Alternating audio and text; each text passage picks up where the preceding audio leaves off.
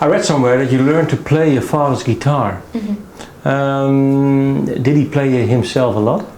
Yeah, my dad bought a guitar when he was a little bit older. So like I was already born and like 10 or so years old, and he decided he wanted to learn guitar because he never did.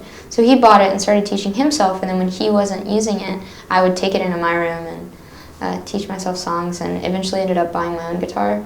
And what sort of songs did you end up learning yourself? Oh man, the first songs I remember learning were like Green Day songs and Fall Out Boy songs, because that was what was on, you know, VH1 and MTV when I was a kid, and that was the only way I knew to discover music. I wasn't yet, you know, a part of the scene where you circulated CDs or went to record shops. I didn't know about all that yet, so I just listened to VH1 and tried to teach myself the songs that I could get off of iTunes.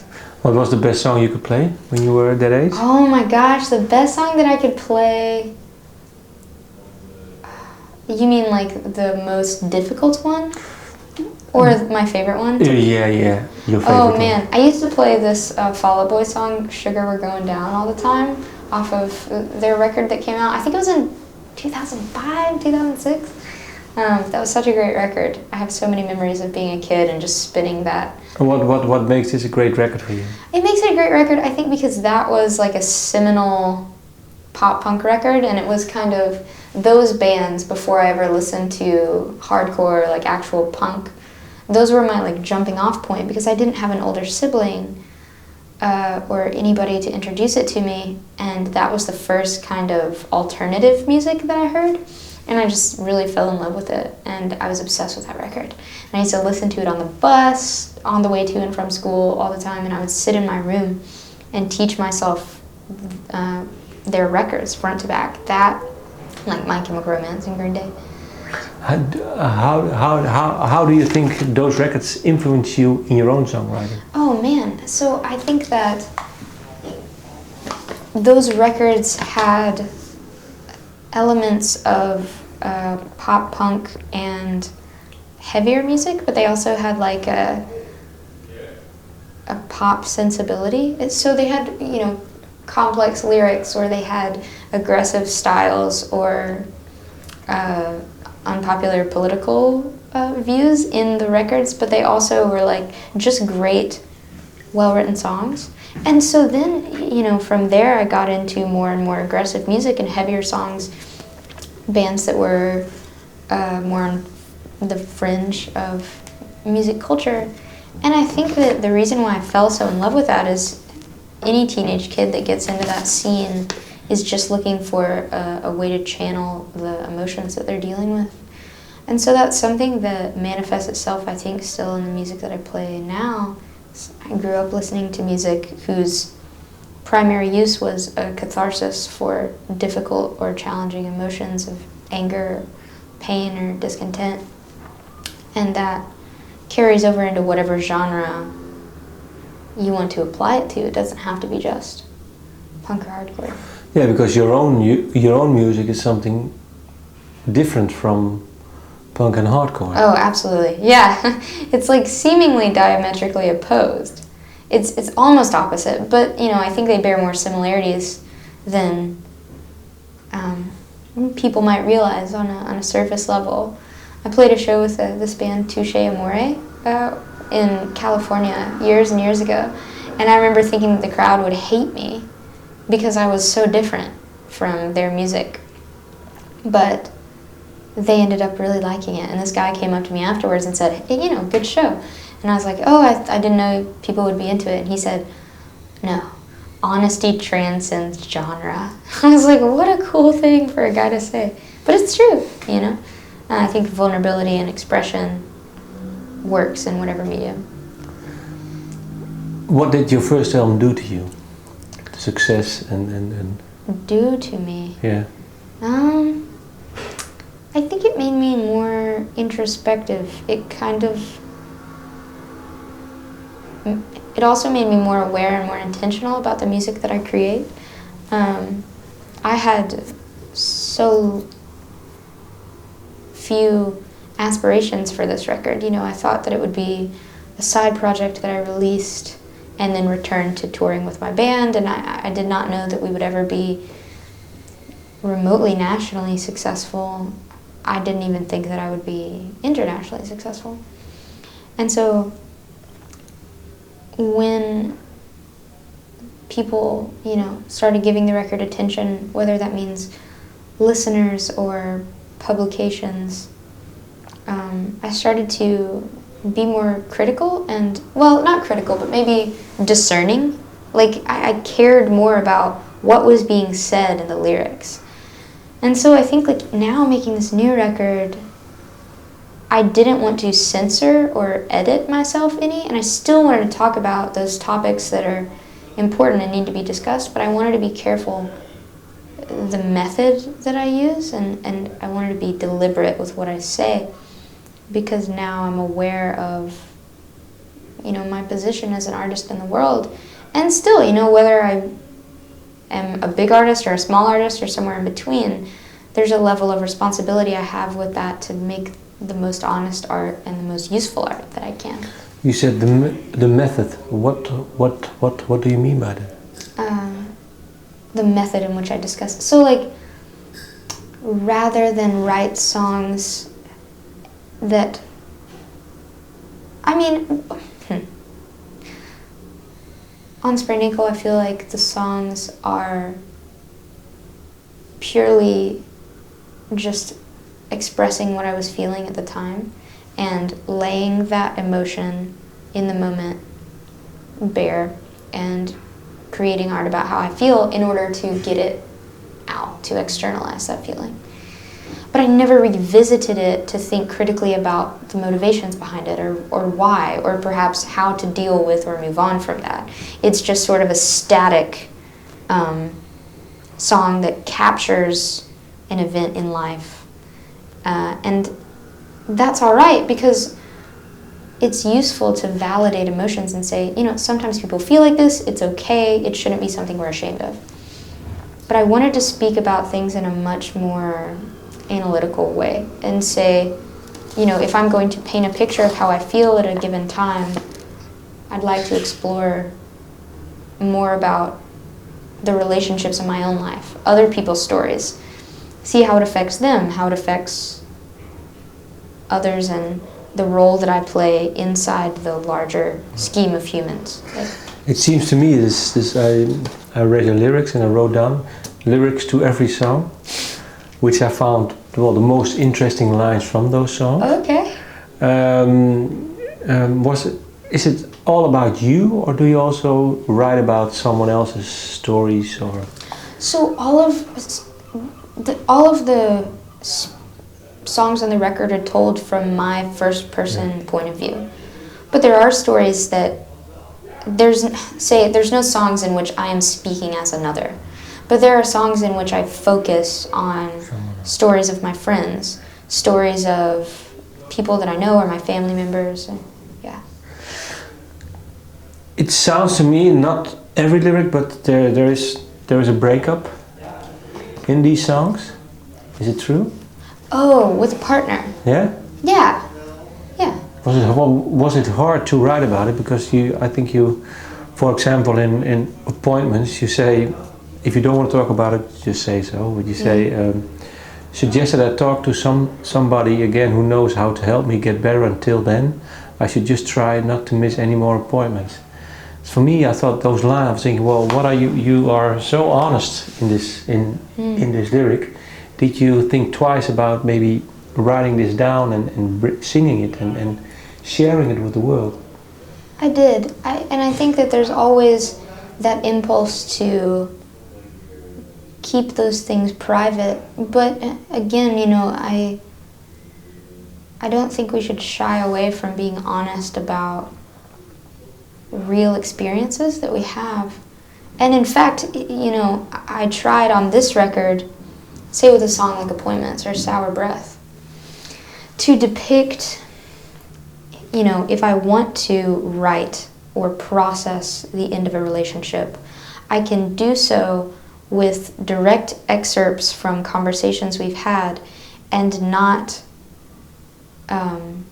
say the things that are inside my own mind that are punitive, because I felt strange and not regretful, but I wish that on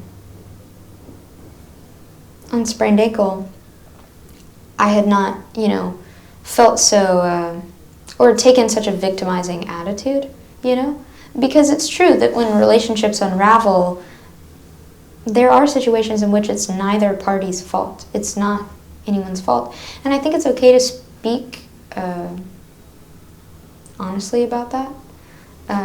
I just wanted to be careful, again, in the way that I craft the songs, so that they are not bitter. They're merely vulnerable. Yeah, but the image I get from is that you, that someone is wanting you something to be that you're not, and you're trying, you try to be someone else that you're not, but at one point you thought, well, now I'm not going to be someone else, and that maybe that was sort of the start of the end of the relationship. Is it true? True, but I think that particularly in this instance, or we could use as an analogy or as a comparison, the song Shadowboxing, which is about a non-romantic relationship, but the same thing. Like someone not being able to understand what's going on internally, and me or the narrator, whoever on the record, the narrative voice that the record inhabits, that person not being able to communicate what's inside to a loved one, whether it be romantic or familial.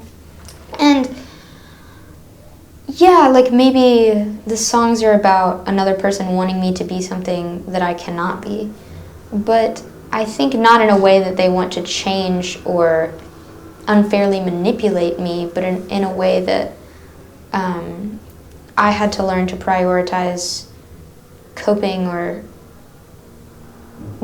adjusting mentally before I was able to give something to someone else, and that it was actually detrimental to that person. It's detrimental to a friend or a lover or a family member when you do not take care of what's going on within and then are unable to have a healthy relationship with someone outside of yourself.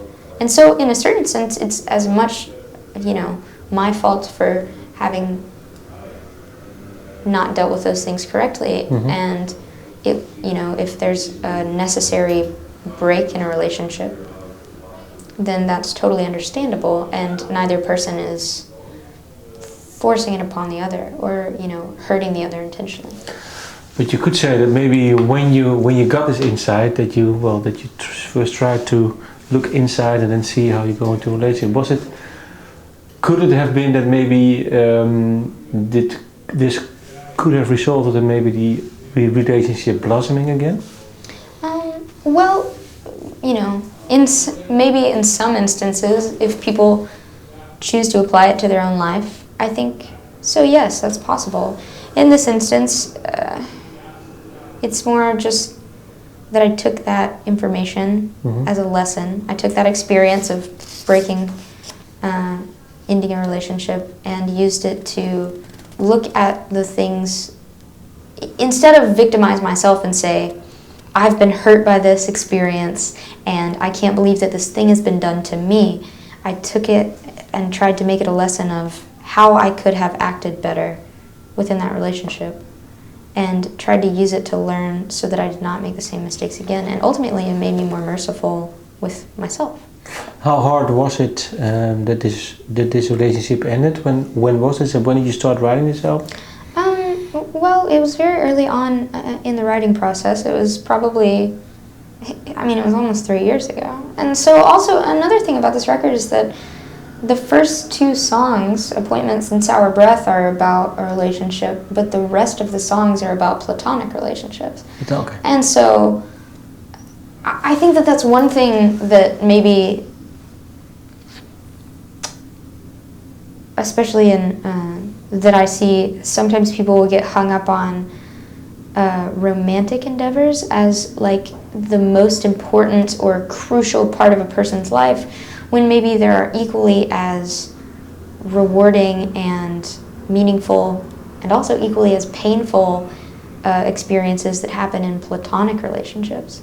And so all of the rest of the record is about, people with whom I didn't have romantic relationships, but that just happens to be an element of my life that was true and was real. Is there one specific story that you would like to share that turned out into a song? I suppose there's like Hurt Less is a good example. Hurt Less is about one of my friends back home in Memphis, and he actually sings on the record with me on that song, because, you know, the song is about driving around and this practice that me and my friends had where, you know, something bad was happening or we just needed to get out for a while, and we would come pick each other up in the car and drive around just to talk to each other, or maybe not even talk to each other, but just sit in the car and listen to music, and the mere act of being present with each other. And that song, Hurt Less, is just about a friendship. And the thing is that when I wrote that song, someone asked me, like, oh, is that about a person that you are in love with? And I was like, no, it's about my best friend. And I think that it's important to acknowledge those friendships and that kind of love as equally as important and useful, because those are the people who bring you through really difficult times. And I think that that was really instrumental, like having a good support system of friends around me is what brings about the realization that you and the decisions you make are more than just your self-contained bubble. You know, that there are these people in your life that are affected by the things that you do and that carry their own burdens, and that as much as they are there to help you and they are there to support you, like, you also influence their lives greatly, and makes me reconsider how I think about my own health and my own safety and how I value myself as a person. Did you, during those years, 3 years that you wrote this album, did you have to, were you at some point not taking care of yourself enough? Or? Did I? Yeah? I think certainly there are times when maybe we don't allow ourselves to completely give up hope, but we feel that our minds are making this proposition of why? Like, why do we continue? Like, if these bad things keep happening, if pain is inevitable, then for what reason do we continue subjecting ourselves to it? And I think the task of the last years, you know, healing and trying to